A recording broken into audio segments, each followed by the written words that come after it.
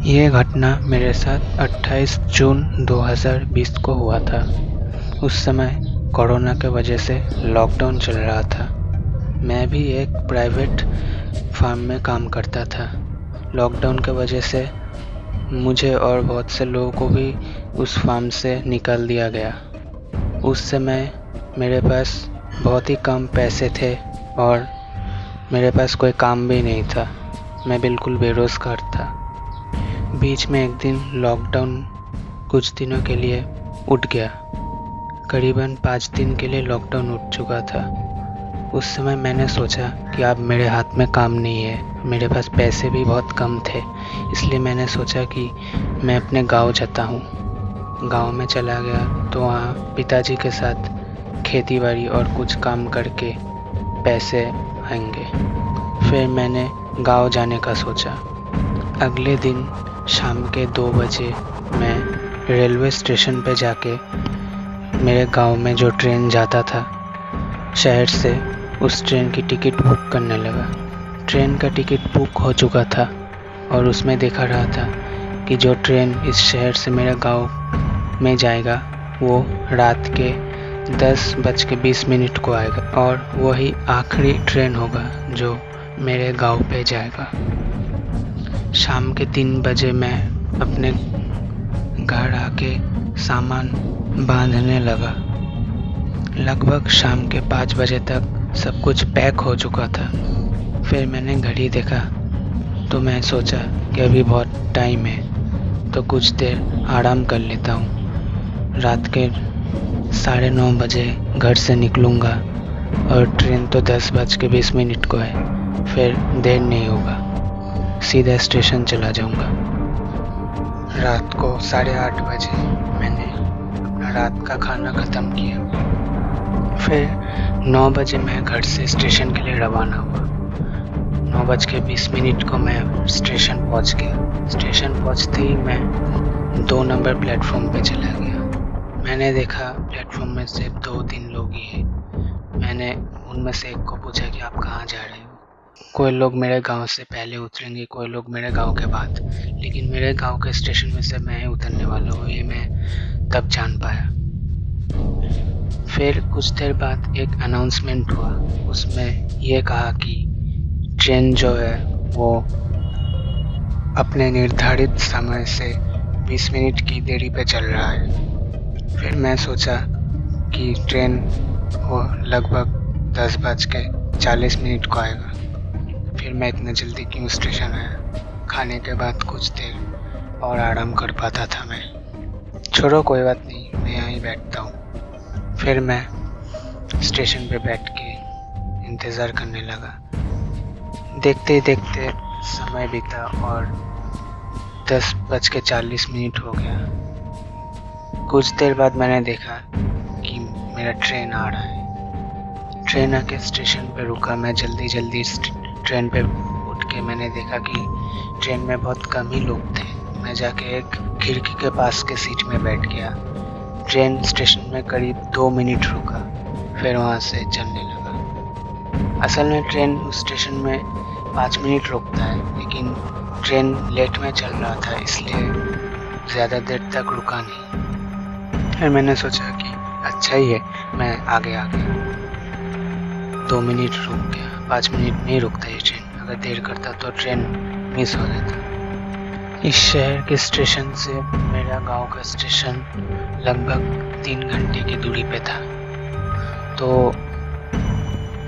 मैं सोच रहा था कि पहुंचते पहुंचते शायद 1 बज जाएंगे। तो मैंने सोचा कि अभी तो बहुत समय है, मुझे नींद भी आ रहा था, तो मैं थोड़ा झपकियाँ लेने लगा। मैं सोचा कि 1-1.5 घंटे सो जाता हूँ, कुछ देर बाद तो शायद स्टेशन आ भी जाएगा। तो मैं सो गया। सोने के बाद जब मेरा नींद टूटा तब मैंने देखा घड़ी में कि 12:30 बज रहे थे। मैंने एक आदमी से पूछा कि भाई साहब, अब कितना दूर है ट्रेन? मैंने कहा कि मैं स्टेशन, गांव का स्टेशन कितना दूर है? तो उस आदमी ने कहा कि अभी तो बहुत दूर बाकी है। में 10 मिनट रुका था और शायद आपका स्टेशन आने में और देर होगा। मैंने सोचा कि इतना देर क्यों कर रहा है ये ट्रेन, वैसे भी इतना रात हो चुका है, इस समय स्टेशन में कोई टैक्सी भी नहीं होगा जिससे मैं अपने घर जा पाऊँ। फिर मैं बैठे बैठे खिड़की से देख रहा था, बाहर कुछ दिखाई भी नहीं दे रहा था क्योंकि अंधेरा था। ऐसे ही देखते देखते 1 घंटा 1.5 घंटा बीत चुका था, लेकिन ट्रेन बहुत धीरे चल रहा था। बहुत समय बाद मेरा स्टेशन आ गया। जब मेरा स्टेशन आया मैंने घड़ी में देखा, तब 2 बज रहे थे। 5 मिनट बाद ट्रेन आके मेरे स्टेशन में पहुंचा। मैं ट्रेन से अपना सामान लेके उतर गया। उतरने के बाद मैं सीधा स्टेशन से बाहर आया। आके मैंने देखा कि कोई भी आदमी नहीं था, एक दुकान कुछ भी खुला नहीं था और ये स्वाभाविक था, रात के 2 बजे वैसे भी कुछ खुला भी नहीं रहता है। फिर मैं टैक्सी के लिए इधर उधर देखने लगा, मुझे कोई भी टैक्सी नहीं मिल रहा था, कोई भी ऑटो नहीं मिल रहा था। फिर मैंने सोचा कुछ देर पैदल चलता हूँ, सामने शायद कोई ऑटो मिल जाए। फिर मैं स्टेशन से निकल के मेरे घर की तरह रास्ते में चलने लगा। मेरा घर गांव के स्टेशन से आधे घंटे की दूरी पे था, तो मैं सोचा अगर कोई ऑटो नहीं मिला तो फिर पैदल ही चला जाऊंगा। लेकिन मुझे थोड़ा डर भी लग रहा था क्योंकि इतने रात को अकेले पैदल जाना ठीक भी नहीं होगा। सोचते सोचते मैंने सामने देखा कि एक रिक्शा वाला खड़ा था। मैं उस रिक्शे के सामने जाके देखा कि वो अंदर सो रहा था। मैंने उसको उठाते हुए कहा, भैया, ओ भैया, पुराने झील के वहाँ चलोगे? मेरे घर के पास एक पुराना झील था, तो वो जगह सब लोग उसी नाम से जानते थे। फिर उसने कहा कि हाँ, पुराने झील पे चलूँगा। फिर मैंने कहा चलिए। उसने कहा कि 100 रुपये लगेंगे। मैंने कहा 100 रुपये क्यों? यहाँ से वहाँ 40-50 रुपये में ऑटो जाता है, अब रिक्शा हो, आप 60 रुपये लोगे ठीक है, लेकिन 100 रुपये। फिर उसने कहा कि साहब देखिए, रात के इस रात को आपको कोई नहीं मिलेगा। मैं मिल गया, और ऐसे भी लॉकडाउन का समय चल रहा है, गांव में भी कोई उतना आता नहीं है, रोज़गार बंद है, बहुत कम ही रिक्शा में उठता है लोग अभी। फिर पैसे नहीं मिलता है, थोड़ा ज़्यादा देने में क्या जाता है, आपके पास तो पैसा है, लेकिन मैं कहाँ से रोज़गार करूँ। मैंने कहा कि भाई तो फिर इतना ज़्यादा मांगोगे, 80 रुपये में चलो। फिर उसने कहा नहीं, 80 नहीं, 100 रुपये में ही जाऊँगा। मैंने भी सोचा कि छोड़ो, इस समय किसी के पास भी पैसे नहीं है, फिर मैं गांव भी आ चुका हूँ, अभी तो पैसे का प्रॉब्लम नहीं होगा। मैंने उससे कहा ठीक है, 100 रुपये दूँगा, चलो। फिर वो उसने मुझे बैठने के लिए कहा, मैं रिक्शा में बैठ गया और वहाँ से चलने लगा। फिर रिक्शा वाले ने मुझे कहा कि आप कहाँ से आ रहे हो? मैंने कहा कि उस शहर में काम करता था, लॉकडाउन की वजह से काम भी चला गया, अब तो पैसे भी नहीं है, इसलिए सोचा कि गांव ही आ जाऊं, जब सब ठीक ठाक होगा तब फिर से शहर जाके काम ढूंढूंगा। रिक्शा ने कहा कि हाँ, अभी तो बहुत ख़राब समय चल रहा है, लोगों के हाथों में काम नहीं है, कुछ नहीं है, आपके जैसे लोग आ गए शहर से, दूसरे शहर से आ रहे हैं। बात करते हुए और इसका जिस रास्ते से जा रहा था वो एक खेत के बीच में से जाता है। वो खेत बहुत ही घना है और उस खेत से मेरा घर करीबन 20 मिनट की दूरी पे था। तो जाते जाते हम लोग बात कर रहे थे। कुछ देर बाद अचानक से हम दोनों ने देखा कि कुछ 3-4 आदमी बहुत दूर रास्ते के बीचों बीच खड़ा है। मैंने रिक्शा वाले से कहा कि वो लोग कौन होगा? उसने कहा मुझे भी कुछ पता नहीं, इतनी रात को वहाँ क्यों खड़ा है। फिर मैंने उससे कहा कि आप चलते रहिए, देखता हूँ क्या होता है। फिर हम लोग जब आगे गए तब उन लोगों ने हमको रोक दिया। रोक के उनमें से एक ने हमें कहा कि तुम लोगों के पास जो भी सामान है सब हमको दे दो। फिर मैंने देखा उन चारों में से एक के हाथ में एक बंदूक था और एक के हाथ में एक टॉर्च था और एक के हाथ में एक डंडा था और एक हमसे बात कर रहा था। वो मुझसे हमसे कह रहा था हम लोगों के पास जो है उनको दे देने के लिए। मैंने उनसे कहा कि तो तुम लोग कौन हो, इतनी रात को ऐसा क्यों कर रहे हो? उन लोगों ने कहा अब भी समझ में नहीं आया क्या? जो मांग रहा हूँ जल्दी निकालो, नहीं तो अच्छा नहीं होगा। रिस्क वाले ने उनसे कहा कि भाई मैं तो गरीब आदमी हूँ, मेरे पास तो कुछ नहीं है, मुझे जाने दो। फिर उनमें से एक ने उससे कहा कि तुम्हारे पास पैसा तो होगा, इसका चला के तो पैसा तो आया ही होगा ना, वो पैसा हमको दे दो। फिर मैंने कहा भाई देखो, गांव में जा रहे हैं हम लोग, काम के वजह से हम लोग के हाथ में पैसा नहीं है, काम चला गया, लॉकडाउन की वजह से कुछ भी नहीं है, इसलिए गांव जा रहे हैं, हम लोगों को प्लीज़ जाने दो, हमको छोड़ दो। इन लोगों ने कहा नहीं नहीं, ऐसा नहीं छोड़ेंगे तुमको, तुम्हारे पास जो भी सामान है सब यहाँ रखो, हमको दो और रिस्क से नीचे उतरो तुम दोनों। फिर एक आदमी ने कहा कि तुम ज़रूर शहर से आ रहे होगे, इसलिए ऐसे शर्ट पैंट पहन के अच्छा ही होगे, पैसा तो बहुत है तुम्हारे पास। मैंने उससे कहा देखो भाई, काम चला गया, मेरे हाथ में पैसा नहीं है, इसलिए मैं गांव आ गया, गांव में अपने घर में आ गया, तुम मुझसे कुछ तुम्हें मिलेगा भी नहीं, इसलिए कह रहा हूँ हमको जाने दो। फिर उन्होंने कहा कुछ मिले ना मिले, जो बैग साथ में लाए हो, कुछ भी पैसा हो, सब तो मिलेगा हम लोग को। फिर मैंने कहा हमको जाने दो। उन्होंने कहा कि सब हमको दे दो, फिर तुमको जाने दूंगा। फिर उनमें से एक आदमी ने डंडा लेकर रिस्क वाले को उसके पैर में बहुत ज़ोर से मारा, रिस्क वाला ज़मीन पे गिर गया और पास में से जिसके हाथ में बंदूक था वो आदमी आके मुझे एक धक्का मार कर रिस्क से नीचे फेंक दिया। फिर मेरा जो बैग था वो लोग ले लिया, लेके बोला इस बैग में जो भी हो सब हम लोग ले जाएंगे। फिर उसने रिस्क वाले से कहा कि तुम्हारे पास जो पैसा है हमको दे दो। रिस्क वाले ने कहा भाई मुझे छोड़ दो, मैं तो गरीब आदमी हूँ, मेरे पास तो कुछ नहीं है, थोड़ा जो पैसा मिला है उससे मैं घर चलाता हूँ, ये अगर ले लोगे तो मैं आज क्या खाऊंगा।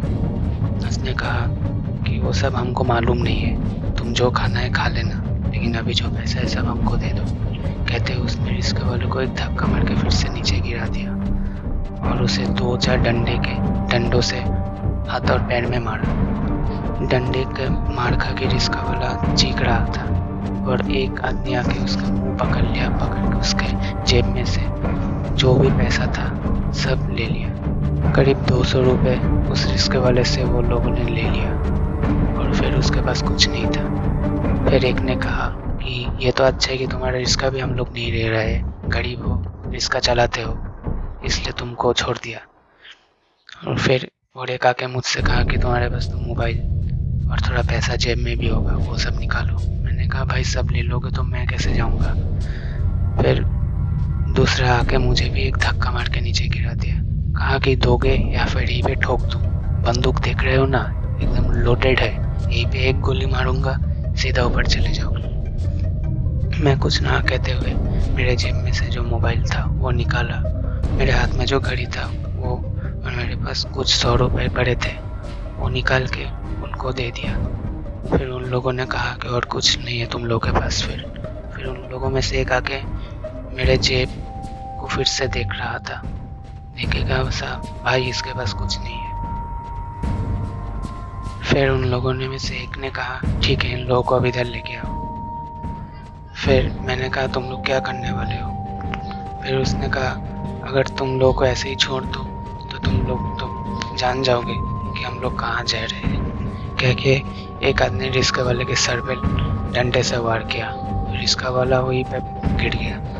उन लोगों ने कहा मारा नहीं है, सिर्फ बेहोश हुआ है, अब तुम्हारी बारी। मैंने कहा मैंने कुछ नहीं किया, मुझे मत मारो, मैंने सब कुछ दे दिया, मुझे क्यों मार रहे हो तुम। बे बुड़बक, तुझे अगर ना मार के तुझे बेहोश नहीं किया तो हम लोग कहाँ जा रहे हैं वो तो तू देख लेगा ना।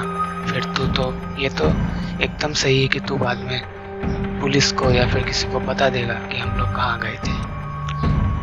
मैंने कहा मैं किसी को नहीं बताऊंगा, मुझे जाने दो प्लीज़। उन्होंने कहा नहीं, तुझे भी मानना होगा। कह के उन लोगों ने डंडे से मेरे सर में भी एक वार किया। डंडे का वार इतना तेज था कि मैं चीखने लगा और धीरे धीरे मुझे सब कुछ धुंधला देखने लगा। और फिर मुझे कुछ मालूम नहीं मेरे साथ क्या हुआ। फिर मुझे जब होश आया, मैंने अपने आप को एक गांव के एक अस्पताल में पाया। कुछ समय बाद 2 पुलिस मुझसे पूछताछ करने आया। उस समय पुलिस ने मुझसे कहा कि गांव में भी लॉकडाउन के वजह से लोगों को काम नहीं मिल रहा है, तो वैसे जिन लोगों को पैसों की सख्त ज़रूरत है वो लोग ऐसे डकैती कर रहे हैं। ऐसे बहुत से लोग हैं जो लोग इस गांव में कुछ जगह बाहर की तरफ या फिर गांव के अंदर ही डकैती कर रहे हैं। 2 दिन पहले हम लोगों ने 2-3 आदमी को पकड़ा जो लोग चोरी करने आया था यहाँ के एक गांव के एक घर में। फिर आज रिपोर्ट है कि तुम लोग ऐसे रास्ते पे गिरे थे, तुम लोगों के साथ डकैती हुआ था। ये तो अच्छा हुआ कि उन लोगों ने तुमको मारा नहीं। उन लोगों के पास बंदूक था, वो लोग चाहता तो तुम लोगों को मार देता।